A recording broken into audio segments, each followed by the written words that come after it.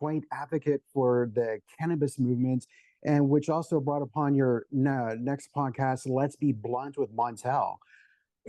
It's become a go-to source for cannabis education. What has inspired you to launch the podcast, and how do you see it as part of your broader mission to change perceptions about cannabis? You know, a lot of people don't know I've been in this cannabis industry for almost 24 years, long before it was vogue, long before people thought it was a green rush. I was one of the guys running around this country testifying before legislators trying to ensure that patients like me have access to efficacious medication.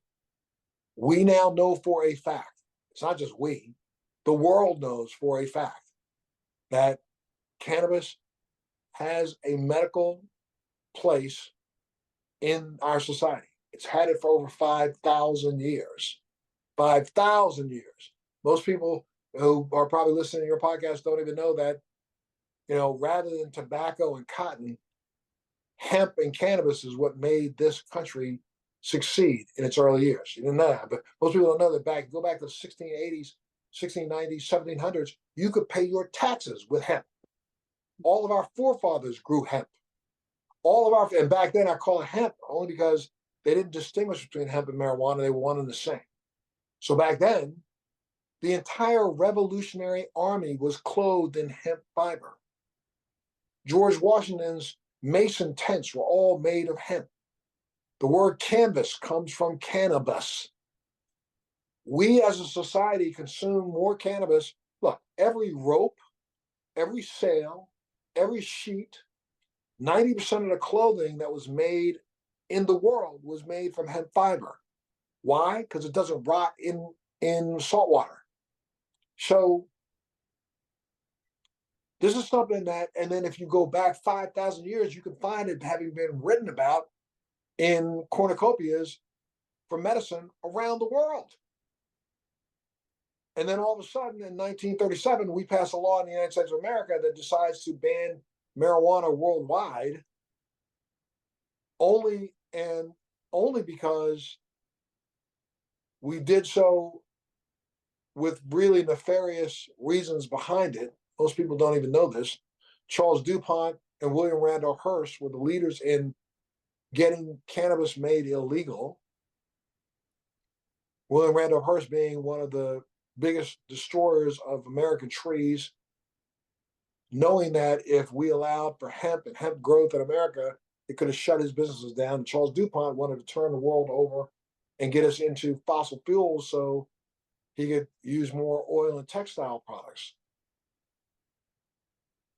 So this is not something that is bad.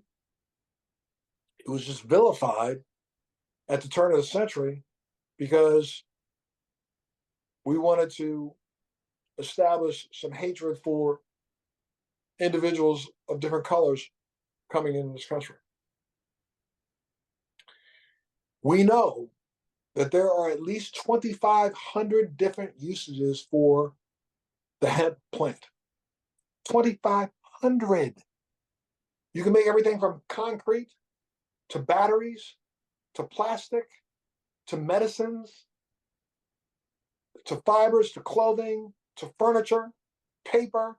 Remember, the Declaration of Independence was written on hemp paper. I didn't know there was so many George uses. Washington grew it. Thomas Jefferson grew it.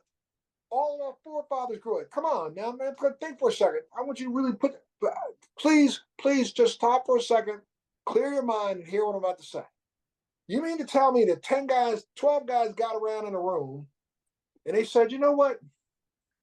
I think every man should be created equal.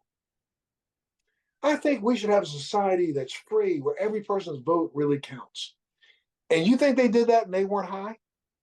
I'm going to tell you right now, most people in this country don't even recognize the fact that at the same time that they were doing that, all of them were drinking 24 hours a day, some sort of an alcoholic beverage. Did you know that?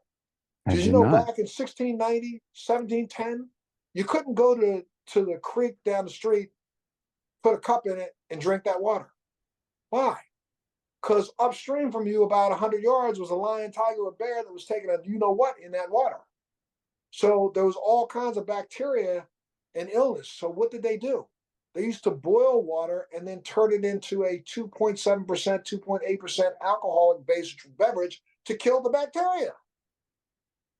And let's also remember 1790, we didn't have toilet paper. You were still walking out in the weeds, grabbing a leaf and wiping your butt. You were sleeping on the ground. You had more pests, more junk crawling on you than you could ever imagine. We didn't start sleeping in beds until early 1800s. So these were tough times. No air conditioning, no heat. People were trying to survive. Were they chewing on a hemp leaf? Heck yeah. Were they chewing on some hemp flower? Heck yeah. Were they smoking it everywhere? Heck yeah. Now, I'm not an advocate for us walking around being stoned all day long and smoking pot all day long. What I am an advocate for is that we now know that there are constituent parts of that plant that could be the key to healing some of the worst illnesses on this planet. There's research happening in Australia that shows that some of the minor cannabinoids may have effect on things as virulent as various types of cancer that we have. We know that in Israel, they've been doing research for 30 years, identifying the fact that in some cases, cannabis does block the blood supply to certain forms of cancer. We know that in various places in the world, they've discovered that other minor cannabinoids had extreme impact on things like COVID viruses. So the truth of the matter is, this is a plant that was here. And if you believe in what Albert Einstein said, for every action is an equal and opposite reaction, cannabis is probably the opposite reaction to several of the worst diseases that we have. If we did the right research, we could find out the efficaciousness of it and use it the right way. Unfortunately, we've been so caught up in using it as a re-enslavement tool in America that we ban even doctors having the ability to study it. And think about that. There's not another plant on the planet that you can't study, but you can't study marijuana. Now, why is that? And when you look around the world right now, back in 1962, 62, 63, the UN signed a treaty to stop hemp and cannabis exportation and deportation and importation around the world. Over 160 countries have pulled out of that treaty now, all over the world. South Africa, Colombia, Brazil, Brazil, Chile, Australia, half of all of Europe, Isle of Man. China's even growing hemp now and exporting it. So there's a reason. And we better get on this stick quickly before we realize that we get left behind. If you make cement, hempcrete, out of the hemp plant, we know that that concrete will last longer than the concrete that we make here now and use up less resources. How crazy are we? That is amazing. What's been one of the most eye-opening or memorable guest stories you shared on Let's Be Blunt that expanded your own understanding of cannabis and its potential? I'm trying. I just asked me a question. My brain just went blank on the doctor's name. Hold on a second. This doctor. I have a doctor on every now and then from Boston who has now researched. As a Harvard-trained doctor, he has treated close to 500,000 patients from around the world, Northeast, and has made some discoveries that are phenomenal when it comes to cannabis.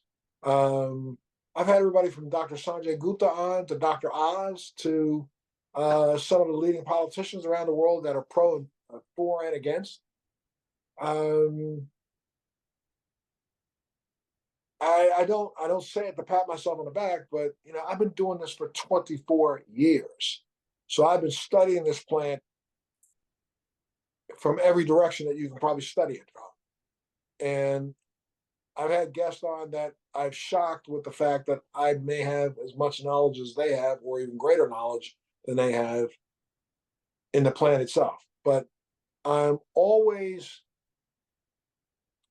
fascinated by the stories with, I don't know if you know the term N of one, the letter N of one. That means No. in science, that means that, you've heard these stories of people who have this spontaneous remission of cancer that shouldn't have happened.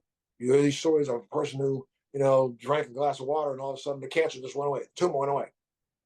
That's considered an N of one because you can't research that person. You research them, but there's nobody else you can compare them to because the story doesn't exist.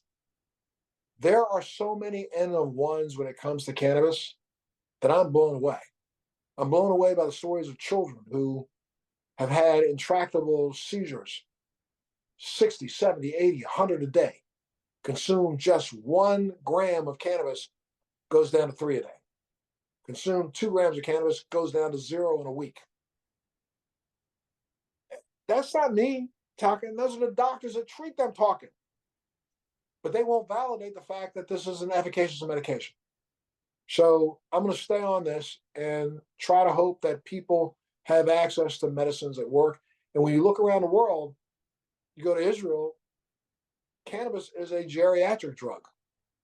They have been able to reduce the amount of medication that some of the patients that they have in hospice, that they have in nursing homes are taking just by putting them on cannabis. Unfortunately, Big Pharma doesn't like the fact that there's something out there that you can't patent, because you can't patent the plant. You can try, but they're not going to let you patent the plant. And what nature gives you, and just think about it, cannabis is a weed. I can drop it in dirt, put a little water on it, walk away. If I'm in the right climate, come back, it's going to be 6 feet tall without me doing a damn thing to it. Now, I can go through all the machinations that we're going through here in the United States, building these farms and spending all this ridiculous amount of money and all this ridiculous amount of research to grow a weed. Or I could just do what they do in Afghanistan, drop the seeds in the ground and let it grow. And at the end of the day, check for mold and other detrimental fungi and things that grow on it. But then once I've done that, I've got something that's not going to cost me a lot of money to produce, not millions and billions of money of research to produce. I can produce this thing over and over again. Will I get it at the exact same time, exact same every time I plant a seed? No, but I'm going to get it pretty close. So, this is something that Big Pharma has never wanted us to have, because they would rather, spend billions of dollars on research than go and shove that billions of dollars up your butt, paying them back for medications that cost 12, 13, 14, 1500, 1800, 2400. I take a medication right now once a month that's over $2,400 a month. Just one of the medications I take. Yikes. Yeah, crazy. For listeners who may be new to cannabis, where would you recommend they begin on Let's Be Blunt to learn about the benefits and proper uses of cannabis? I would go back and you can go through my archive. I've got well over 300 recorded episodes of it. And I've talked to some of the top doctors in the industry from around the world. So you can just go down that list, look for any one of the doctors' names that we have there, and they will take you on a journey, and that'll help you understand, the viability and the efficaciousness of that plant. As an advocate, you've watched the cannabis industry evolve from taboo to mainstream. What do you see as the next big steps in public perception or policy? And how is your podcast helping to drive that change? I try to have on some of the luminaries in the business so that I can get them to talk about how they're going to change the idea around how we sell this product and how we market it. I mean, one of the biggest problems I think with the cannabis industry right now is lack of education. Education. That is the key to this entire industry. The consumer needs to be educated and feel comfortable, but we're not doing a good job of that in this industry. And we need to start doing a good job of that. And so does the federal government. They need to start doing a better job of allowing for its use. Right now there was supposed to be a DEA hearing the middle of next month on rescheduling, and now that's been pushed back to after the inauguration. And then they'll probably push it back another 60, 70 days. Remember, back 4 years ago, the Harris-Biden administration ran on the fact that in the first 100 days, they were going to change the laws on cannabis. That didn't happen, did it? So, and now you've heard both Harris and Trump both saying that it's something that they're going to deal with in their first 100 days. That ain't happening. I'm hoping that when people tune into the podcast, they'll recognize that there is a certain amount of advocacy that's going on in every episode also. And so what I'd like them to do is tune in anytime we ask, because I have a lot of guests come on and say, you can reach out to them anytime you want. And start reaching out to some of these guests and some of these people who are some of the biggest players in the industry across the country, and let them know that, most of the issues with cannabis right now, I think, is lack of understanding, lack of knowledge. So what we need to start doing is doing many more public service announcements. We need to go and do a couple movies. We need to do some documentaries, not just one a year, but several of them, to let people understand that there's nothing to be afraid of. Knowledge is king. And if you go into this with the right amount of knowledge, you can make good decisions for yourself, your family, and your loved ones. Speaking of the advocacy for cannabis, it's always been viewed as personal for you as well as professional. How has cannabis impacted your daily life, and what advice would you give to people who are curious but hesitant about exploring it? The one thing about cannabis is, again, I go back to this whole first thought of knowledge. Knowledge is king. There are so many unbelievably good books written out there right now on cannabis that let me see if I can find one here. I've got them all over the place. I don't happen to have one right in front of me. They're Goldstein. Dr. Goldstein is a book that you can go out and find. Bonnie Goldstein. Dr. Kaplan from Harvard, former Harvard doctor. He has a book out right now also on cannabis. And his book is filled and steeped with statistics and information about the uses of cannabis and what it's good for and what it's not good for. I'm not trying to tell you that it's the end all. It's not the cure to every disease that's out there, but it is a medication that, if used the right way, can help anybody with issues deal with those issues that they're dealing with. I think anybody who gravitates to cannabis over alcohol is gravitating to it for a medical reason anyway, to begin with. They want to rest, they want to be able to relax when they get home from work, they want to be able to sleep better, they want to be able to ease some pain. I think it does it all. You just have to make sure you steep yourself with the knowledge first before you jump 2 feet in. And then if you go to an authorized state-run dispensary, and almost all the state dispensaries follow the guidelines that the state put out, so you're getting a medication that is probably going to be well tested, looking for any residual deleterious kinds of things from bad chemicals that have been put in it. They try to reduce the amount of harm in the products. So I think if you go to a dispensary and you say, look, I've never tried this before, and I want to see if this may help me with XYZ, the biggest piece of advice I can give anybody is slow as you go. Slow as you go. Do not go in there, try to grab the highest THC product, go home and smoke a whole joint on your first journey into a dispensary, because you'll never go back. On a lighter note, are you more of an indica or sativa person? I'm gonna tell you, what's so interesting about that is that, and the industry, again, education. That's the most important thing. We have hybridized this plant so much that the word indica sativa really doesn't exist. I'm going to tell you, from my perspective, I've been looking at this for the last 20 years. There's been so much hybridization where people have been crossbreeding. Look, here in America, we tried to grow the minor cannabinoids out of the plant back in the early 60s, the mid 60s, and early 70s. It wasn't until the 80s that they started growing some of those minor cannabinoids back into the plant. What I mean by minor cannabinoids is THC is the cannabinoid that has been most associated with the euphoric effect.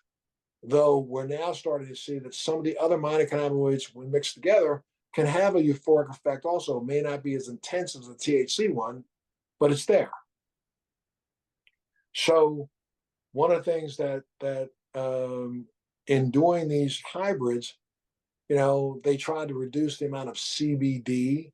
They try to reduce the amount of CBN, CBDA, CBT. There's several different minor cannabinoids, CBN, that elicit other responses that they messed with, played with. I mean, it's like, how do we get a purple rose?